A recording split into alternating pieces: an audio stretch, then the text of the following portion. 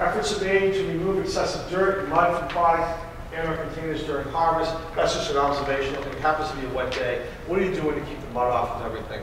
You know, you put the lettuce boxes in the center of the bed where you're not walking, so it's a little cleaner. The lettuce leaves are there, kind of protecting the box. There's less mud. Transportation equipment to move the product from the field to the storage areas, or to the processing plant, which come into contact with produce are cleaned and need repair. So, in addition to the harvesting trailers or the harvesting trucks, when you're transporting stuff to the pack shed, or you're transporting stuff to a storage area, or transporting stuff from a storage area to a pack shed, that those vehicles, trailers, etc., are clean. There's no horse poop from the Amish guys stuck on the bottom of the harvesting trailer. There's a policy in place and has been implemented that harvested product being moved to the field of storage areas or processing plants are covered during transportation. What this says is that if you put the peppers on the back of the truck, 30 baskets of peppers run to the pack shed, the truck should be covered. What the auditor will say is, well, if you're running those things 5 miles down the road to somebody else's farm, yeah, I would like to see a truck on top of the truck for a lot of reasons. But if you're just running from the field, you know, a quarter of a mile or half a mile to the pack shed, it's not really necessary. It's only 5 points, but right now the auditor is saying, well, it has to be a long distance before that would be required. But one thing I guess we're looking to point out here, so we have a guy in Massachusetts, Bonnano, he does the audits, okay? He'll probably do, if you become GAP certified, he'll probably do your first years of audits, he'll probably do your second years of audits. But the way the program is structured, he can't be the guy all the time. There has to be some rotation. So maybe a year comes and the guy from Vermont is going to come down and do all the Massachusetts audits, and the guy from Massachusetts has to go up and do all the Vermont audits, so you don't have the same people giving you the same breaks, I guess, all the time. Some way of throwing some accountability into the system. All right. In ranch or field pack operations, only new or sanitized containers are used for packing the product.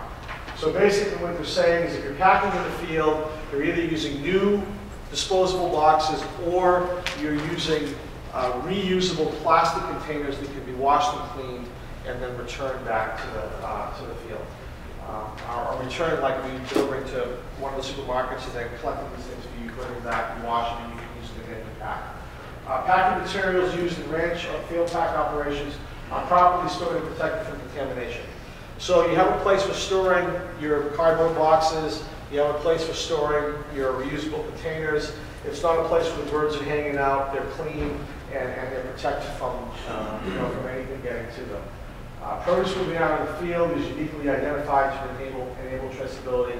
The bigger you are, the more complicated this is. You know, a lot of Apple guys put the bin boxes in the field and label the bin boxes right there in the field. When they come out of the field, there's a sticker on there that says this is Honeycrisp from block 17 or something like that.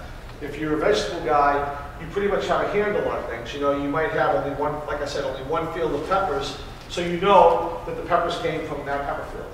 You might have 2 pepper fields, and you might, be in this pepper field for 10 days, that pepper field for 10 days, and you go back to this one, so you know which field you harvested.